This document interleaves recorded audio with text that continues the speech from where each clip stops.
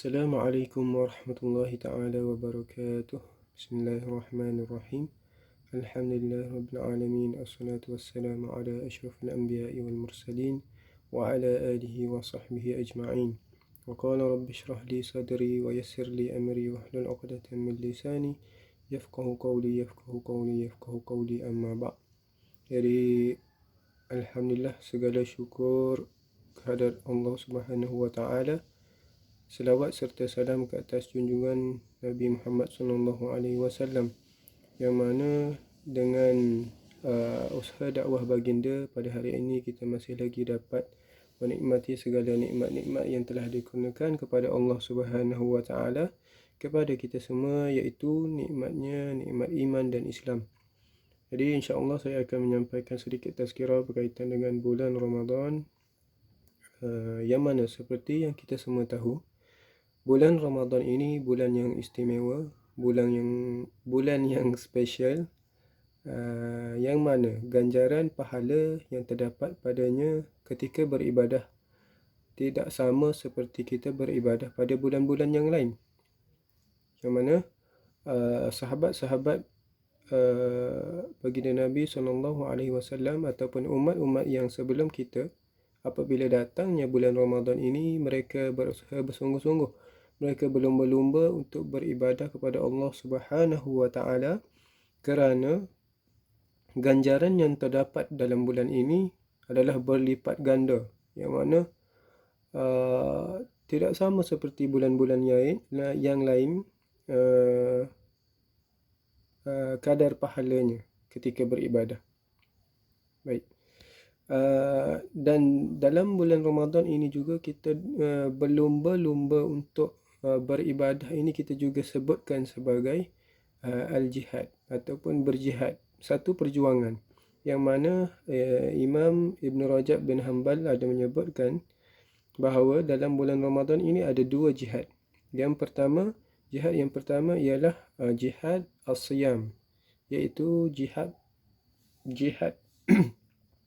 jihad yang mana kita sebutkan berpuasa lah. Kita berpuasa pada siang hari di bulan Ramadan, menahan lapar dan dahaga. Tapi bukan sekadar itu sahaja, kita juga menahan segala godaan hawa nafsu kita yang lain, yang mana kita sedang berjihad melawan diri kita sendiri. Baik, seterusnya jihad yang kedua dalam bulan Ramadan seperti yang disebutkan oleh Imam Ibn Rajab bin Hanbal ialah jihad al-qiyam, yang mana jihad al-qiyam ni kita lakukan pada waktu malam pula, iaitu kita beribadah pada waktu malam, kita solat sunat tarawih ataupun kita berqiyamul lail, kita baca Quran, kita iktikaf di masjid dan sebagainya. Jadi itu merupakan dua jihad yang telah disebutkan oleh Imam Ibn Rajab bin Hanbal yang terdapat dalam bulan Ramadan.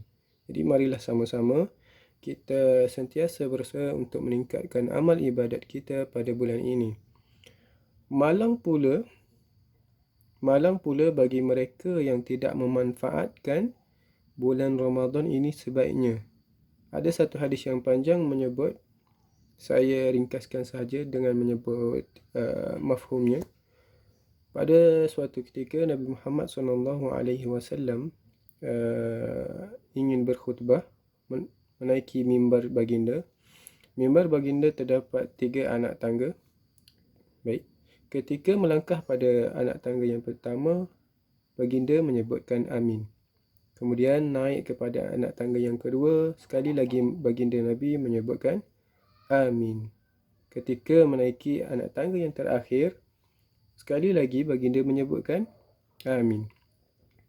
Sahabat-sahabat Nabi Muhammad SAW yang kehairanan dengan tindakan baginda tadi mula bertanya, "Ya Rasulullah, mengapakah engkau menyebutkan amin ketika menaiki anak-anak tangga tersebut?"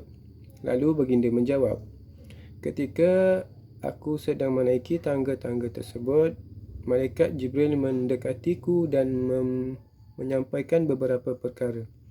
Yang pertama, ketika di anak tangga yang pertama, Jibril menyebutkan bahawa celakalah ataupun rugilah bagi orang yang mana ketika disebut nama baginda Nabi Muhammad SAW, akan tetapi mereka tidak mengingatinya.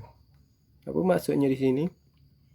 Ketika nama baginda Nabi Muhammad SAW disebutkan, mereka tidak ingat, mereka lupa ataupun mereka tidak berselawat kepada baginda Nabi SAW.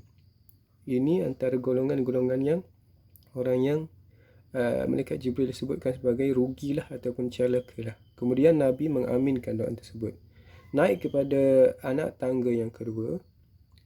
Sekali lagi Jibril menyatakan ataupun menyebutkan celakalah bagi orang yang mana masih lagi mempunyai kedua-dua ibu bapa mereka, akan tetapi mereka tidak berbakti kepada kedua ibu bapanya. Kemudian Nabi Muhammad mengaminkan doa tersebut. Jadi di sini ayat ini merujuk kepada orang-orang Islam yang masih lagi mempunyai kedua ibu bapa mereka, akan tetapi mereka tidak berbakti kepada kedua ibu bapa mereka. Mereka tidak berbuat baik kepada mereka, mereka tidak menjaga kebajikan ibu bapa mereka. Jadi ini antara golongan-golongan yang disebutkan tadi sebagai golongan-golongan yang rugi ataupun celaka. Dan ketika baginda ingin naik lagi ke anak tangga yang ketiga, Jibril mendekati dan menyatakan sekali lagi, celakalah ataupun rugilah orang-orang yang mana apabila mereka tiba di bulan Ramadan, mereka berpuasa, akan tetapi di akhirnya tidak mendapat keampunan daripada Allah Subhanahu wa taala. Jadi ini antara golongan orang-orang yang celaka ataupun orang-orang yang rugi, yang mana kita telah berada di bulan Ramadan, kita berpuasa 30 hari, kita berpenat lelah, berlapar dahaga akan tetapi pada akhirnya kita tidak mendapat keampunan daripada Allah Subhanahu wa taala.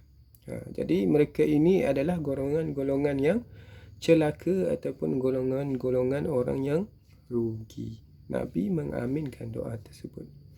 Jadi daripada hadis ini kita dapat melihat bahawa betapa ruginya kita sebagai umat Islam yang mana berpenat lelah berpuasa di bulan Ramadan, akan tetapi pada akhirnya kita tidak mendapat apa-apa kecuali penat, lapar, dahaga dan sebagainya. Sekiranya kita tidak mendapat keampunan daripada Allah Subhanahu wa taala, sama-samalah kita berusaha memperbaiki diri, sama-sama kita berusaha menambahkan lagi aset kita di dunia ini, yang mana kita akan bawa nanti untuk kita hidup di alam yang lain pula, alam yang seterusnya. Jadi sekadar itu sahaja daripada saya. Duduk rumah dan jangan keluar. Teruskan mematuhi segala arahan pihak berkuasa dan selamat menunaikan ibadah di bulan Ramadan. Wabillahi taufiq wal hidayah. Assalamualaikum warahmatullahi wabarakatuh.